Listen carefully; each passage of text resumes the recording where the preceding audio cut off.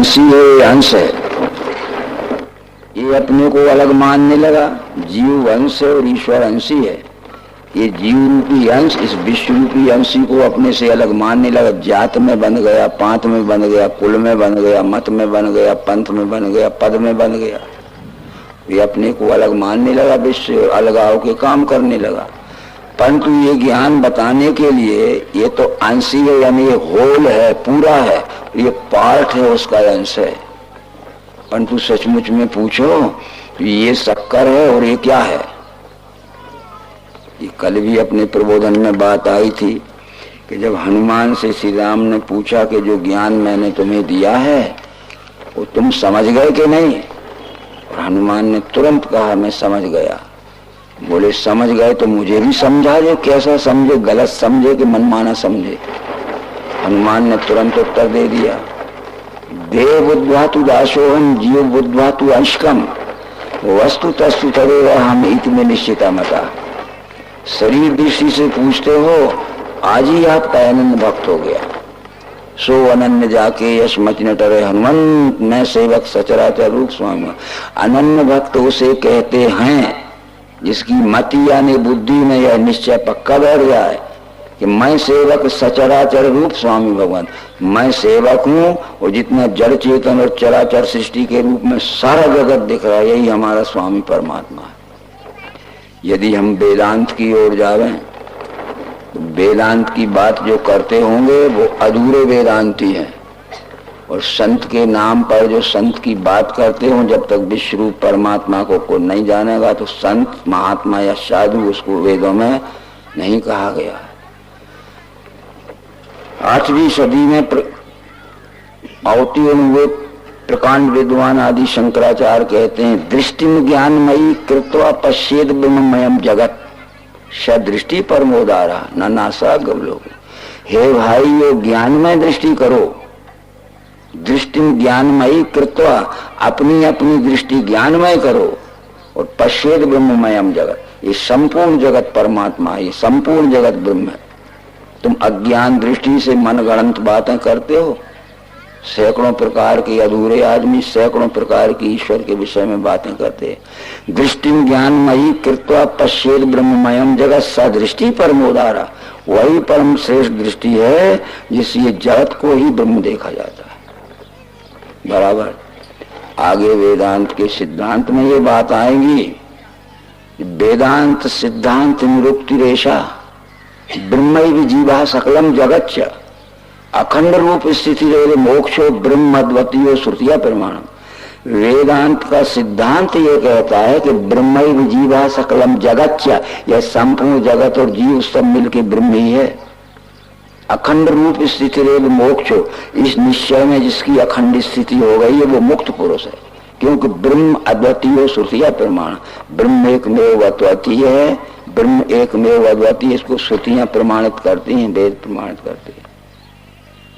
सब कुछ कहा होगा, परंतु वो शिक्षा दीक्षा ही हमारे देश से बिगड़ गई, और जैसे जैसे शिक्षक हमें मिले, हमारे बहनों में, हमारे बेटों में, हमारे भाइयों में जैसे जैसे गुरु मिलते गए वैसे वैसे पाठ पढ़ते गए, और पाठ क्या पढ़ते गए, पाठ पढ़ते पढ़ते हम फूटते गए, और हमारे में ईश्वर के विषय में और धर्म के विषय में एक वाक्यता नहीं रही। प्रश्न होता है, तैत्तरीय उपनिषद भी वेद का एक अध्याय है, उसमें शिक्षा बल्ली एक प्रसंग आता है। शिक्षा किसे कहते हैं? शिक्षा तो वो कहते हैं शिक्षा या वेद में शॉर्ट फॉर्म का शब्द है। सी का अर्थ है शिष्ट, छा का अर्थ है छात्र। जिस ज्ञान बोध से शिष्ट छात्र बनता है, व्यवहार कुशल छात्र बनता है, उस ज्ञान बोध का नाम ही शिक्षा है। इसलिए तो हम अपने बालक बालिकाओं को शिक्षालय भेजते हैं। शिक्षालय उस संस्था का नाम है जिस स्थान में सी का अर्थ है शिष्ट, छा का अर्थ है छात्र। जिस संस्था में शिष्ट छात्र यानी व्यवहार कुशल छात्र बनाए जाते हैं वो संस्था शिक्षालय है यानी विद्यालय है। और शिक्षा आचार्य उस महानुभाव का नाम है शिक्षा आचार्य। सी का अर्थ है शिष्ट, छा का अर्थ है छात्र। जो महानुभाव, सी का अर्थ है शिष्ट, छा का अर्थ छात्र, जो महानुभाव व्यवहार कुशल छात्र बनाता है। इसलिए हमने विद्यालयों के उच्च श्रेणी के मनुष्यों को आचार्य प्राचार्य उपाधि दी है। आचार्य जी आए हैं, प्राचार्य जी आए हैं, परंतु आचार्य का अर्थ क्या था? भगवत गीता में क्या लिखा है? आचिनोति च शास्त्रार्थम आचार्य स्थापयत्यपि स्वयं आचरते तस्मात् आचार्यस्तेन कथ्यते। जो शास्त्र के लक्ष्यार्थ को जानता है, आचिनोति च शास्त्र अर्थम, शब्दार्थ को नहीं उसके लक्ष्यार्थ को जानता है। आचिनोति च शास्त्र अर्थम आचार्य स्थापयत्यपि, और जो स्वयं आचरण में स्थित रहता है और आचरण करके भी दिखाता है, आचार्यस्तेन कथ्यते, उस महानुभाव का नाम आचार्य है। भगवत गीता के 13वें अध्याय के 7वें श्लोक में श्री कृष्ण कहते हैं कि आचार्य के पास जाना तब तुझे परमात्मा दर्शन होगा। अभी आचार्यों के पास जाओगे तो परमात्मा दर्शन हो जाएगा। क्या कहते हैं? अमानित्व अदम्भित्व हिंसा शांति आर्जवम आचार्योपासनम शौचम स्थैर्य आत्मनिग्रह। जब तत्वदर्शी आचार्य के पास जाओगे तो अमानत्व, मान अभिमान छोड़ के जाना। ज्ञान का मद हो, पद का मद हो, जात का मद हो, पंथ का मत हो, धन का मद हो, कुल का मद हो। अमानित्व, मान अभिमान छोड़ के जाना, आदमी बन के जाना। अदम्भित्व और छल कपट छोड़ के जाना, स्वार्थ से मत जाना। अमानित अहिंसा, अकारण किसी को कष्ट न दिया हो जिसने। शांत, हर अवस्था में शांत रहे। ये तो सर्दी गर्मी सुख दुख मान अपमान आते हैं। और आर्जवम, सबसे द्वेष रहित व्यवहार करना, छुआछूत रहित व्यवहार करना। अमानित्व अदम्भित्व अहिंसा शांति आर्जवम आचार्योपासनम, आचार्य उपासन लिखा है। आचार्य कहते हैं तत्वदर्शी को, उप कहते हैं समीप को, आसन कहते हैं बैठने को। इतने लक्षण प्राप्त करना, तब तत्वदर्शी के समीप तत्व दर्शन करने के लिए बैठना। और जब बैठे हो तो शौचम, पवित्रता से बैठना। स्थैर्यम, मन की चंचलता छोड़ के बैठना। स्वात्म निग्रह, आलसी बन के मत बैठना। जीव भाव का अभिमान मत के बैठना। हमारे कुछ भाई सोने ही लगे हैं। तो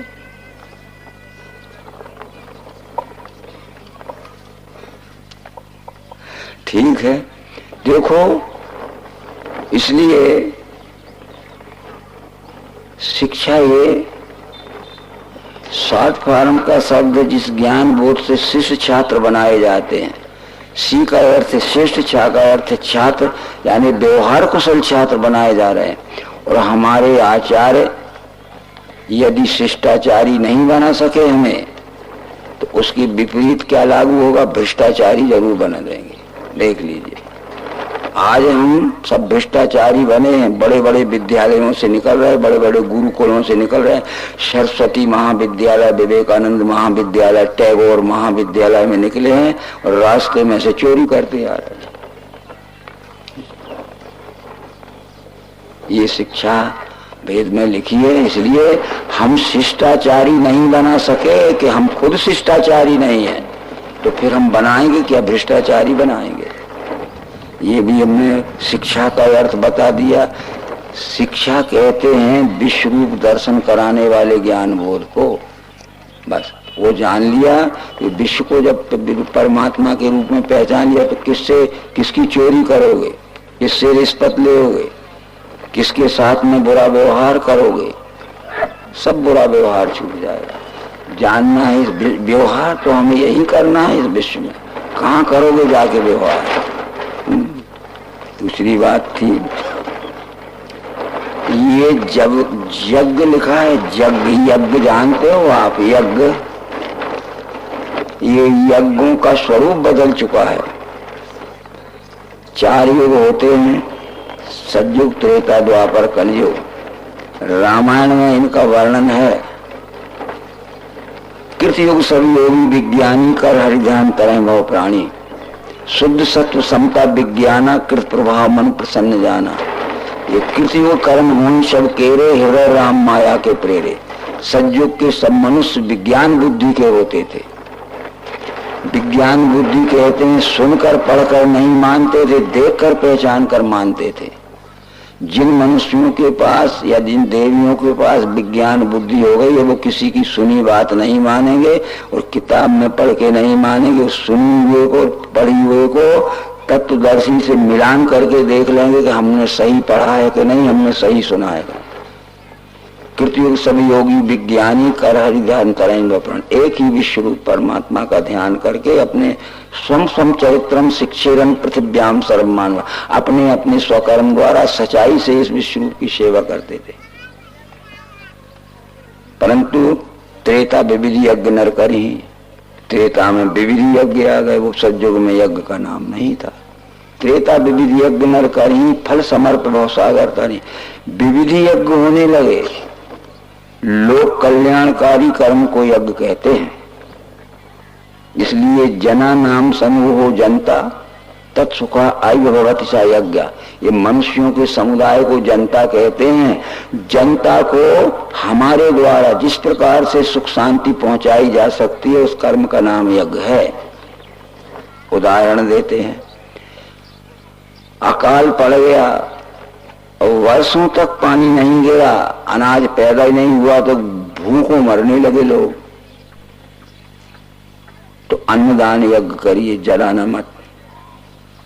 क्योंकि वहां लिखा है कृत्वाग्निहोत्रम स्वशरीर संस्तम शरीर अग्नि स्वमुखो ज्योति।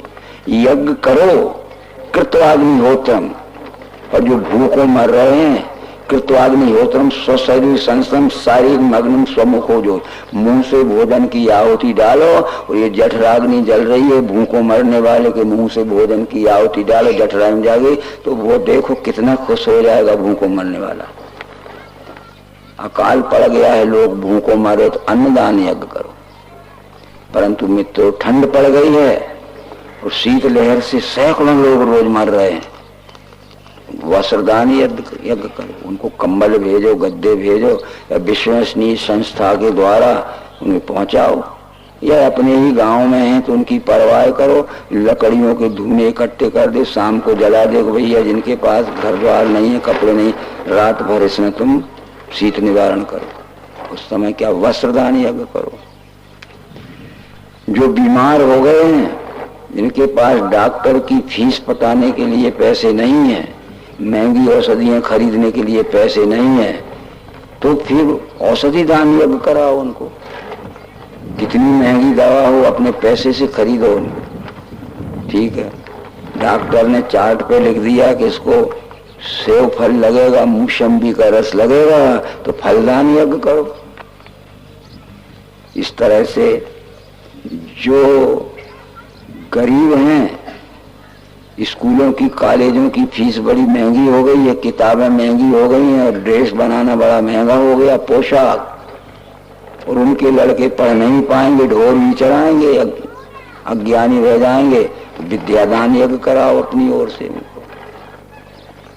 बीमार हो गया मनुष्य, खून की कमी है, तड़प रहा है बेचैन होके, और डॉक्टर कहता है इसको खून नहीं है इसलिए ऑपरेशन नहीं हो सकता, तो मोटे ताजे काजू किशमिश खा के बैठे तो अपने शरीर का खून दे दो भैया, रक्तदान यज्ञ करो।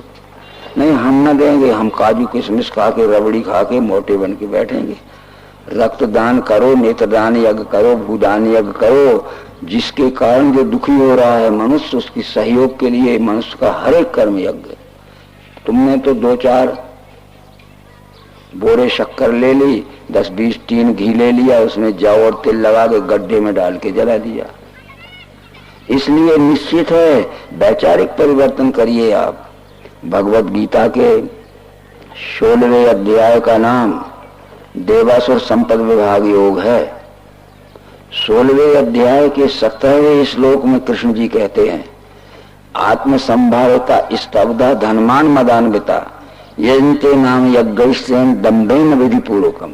घमंडी अपने भाट मद में धनमान के करते हैं नाम के यज्ञ दम्भ से, सांस छोड़ गए। बड़े अभिमानी लोग, घमंडी, अपने भात अपने ही मुंह से अपनी तारीफ बताने वाले, मद में धन मान के हमारा सम्मान सब करें, मद सम्मान का और धन कमाने का उद्देश्य इस यज्ञ का हो तो वो यज्ञ नहीं अर्जुन, वो पाखंड है।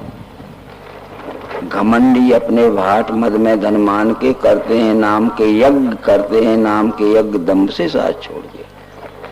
सोच लीजिए, जब कृष्ण जी के पालक पिता नंद जी, नंद बाबा इंद्र यज्ञ कर रहे थे, कृष्ण की जिंदगी का वो पहला मौका था। कृष्ण जी ने अपने पालक पिता नंद बाबा से पूछा कौन सा बड़ा आयोजन हो रहा है, इसकी तैयारी बहुत जोरदार हो रही है। तो नंद बाबा बोले कि हम इंद्र यज्ञ करेंगे। तो कृष्ण जी ने कहा कि इंद्र यज्ञ का क्या उद्देश्य है? बोले इंद्र मेघों का राजा है, यज्ञ करेंगे तो वो खुश होगा जब पानी गिराएगा। तो कृष्ण ने क्या उत्तर दिया है खुद पढ़ के देखो भागवत, तो सुनाने वालों की सुन के मत मानना। इंद्र यज्ञ से और पानी गिरने से कोई संबंध नहीं है। सूरज अपनी किरणों की उष्णता से जो वाष्प के रूप में पानी सोखता है, ताप शून्यता होते ही 4 महीने में वो गुरुत्वाकर्षण में गिर जाता है। वो तो अपने आप हो रहा है, प्राकृतिक यज्ञ हो रहा है। इंद्र यज्ञ बंद करवा दिया था कृष्ण ने, जब अवतार हो के यज्ञ बंद करवावे। और हम हमारे आपके जो मेरे समकक्ष उम्र के हैं, पहले चले थे यज्ञ, विष्णु यज्ञ, रुद्र यज्ञ, सचंडी यज्ञ, फिर इसके बाद कंपटीशन मच गया। विष्णु महायज्ञ, रुद्र महायज्ञ, सचंडी महायज्ञ, महाशब्द और जुड़ गया।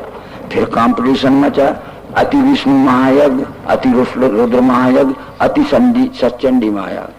केवल सिंगल था कि रुद्र यज्ञ, विष्णु यज्ञ, सचंडी। अब विष्णु महायज्ञ, रुद्र महायज्ञ, सचंडी महायज्ञ, हमने और एक शब्द जो अति विष्णु महायज्ञ, अति रुद्र महायज्ञ, अति सचंडी महायज्ञ। अब 3 में से आपको कौन सा कराना? हम तो यह अति विष्णु महायज्ञ कराएंगे। बोले 10 लाख रुपए का इंतजाम करो। महाराज इतना तो नहीं होगा। अरे तो फिर अति शब्द हटा दे, विष्णु महायज्ञ कर ले। नंबर 2 का ये भी नहीं होगा महाराज, तो फिर केवल विष्णु महायज्ञ कर ले, 1.5-2 लाख में हो जाएगा। बताओ, करते हैं नाम के यज्ञ दम्भ से साथ छोड़ के, घमंडी अपने भाट मद में धन मान के। जिस यज्ञ का उद्देश्य धन कमाना हो और अपने मान बड़ाई कीर्ति की प्रतिष्ठा दूर तक फैले, ठीक है, इस दृष्टि से जो यज्ञ करते हैं वे पाखंड है। वो गीता में लिखा ना हुआ पाखंड तो देख लेना। और मैं तो कुछ कह नहीं रहा हूँ, आप रास्ते में जाके ऐसा मत कहना कि कुछ गड़बड़ समझाया जा रहा था। जिन ग्रंथों के प्रमाण देता हूँ वो बड़े पुरुष हैं। कृष्ण जी, शंकर जी की पत्नी का नाम पार्वती था। वो अपने पिता के घर में कुछ भी करती रहती होगी, उपास व्रत करती होगी, जप जाप पाप करती होगी, जैसी लड़कियां ये अपने पितृ घर में कुछ करती। जब पार्वती विवाह करके शंकर जी के घर में आई तो वो वहां करने लगी। शंकर जी ने कहा ये क्या कर रहे हो, ये कोई ईश्वर की प्राप्ति का थोड़ी उपाय।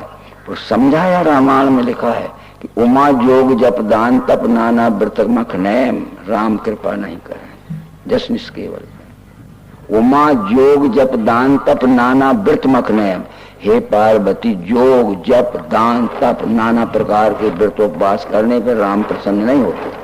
और तू क्या कर रही है, अपने पिता के घर से सीख के आई है। आपको लगेगा कि हमारा जब फट्टा ही साफ हो रहा है। एक बात होती है मित्रों, कृष्ण जी ने भगवत गीता में कह दिया, बुद्धिर्वेदम धृतश्चैव गुणस्तत्त्रिभ्यम सुनो। 18वें अध्याय में कहा है, गुणों से 3 हैं भेद, बुद्धि के और धैर्य के। सुनवे में बताता हूं भिन्न भिन्न धनंजय। मनुष्यों की बुद्धि गुणानुसार 3 प्रकार की होती है। शतोगुणी बुद्धि, ये विज्ञान बुद्धि है, रजोगुणी बुद्धि और तमोगुणी बुद्धि। प्रवृत्ति को, निर्वृत्ति को, कार्य और अकार्य क्या, बंध और मोक्ष को जाने बुद्धि व्यापार सात्विकी। जिस दी से धर्म अधर्म, कार्य और अकार्य क्या, सत्य जाना नहीं जाता बुद्धि व्यापार राय से। और जो बुद्धि तम से व्याप्त कहे धर्म अधर्म को, अनर्थ अर्थ में देखे बुद्धि व्यापार ताम से। अधर्मम धर्मिति या मन से तमसावृता, और सर्वार्थान विपरीतांश बुद्धि सपार, जो 100 बातों में 100 ही उल्टे अर्थ करती है।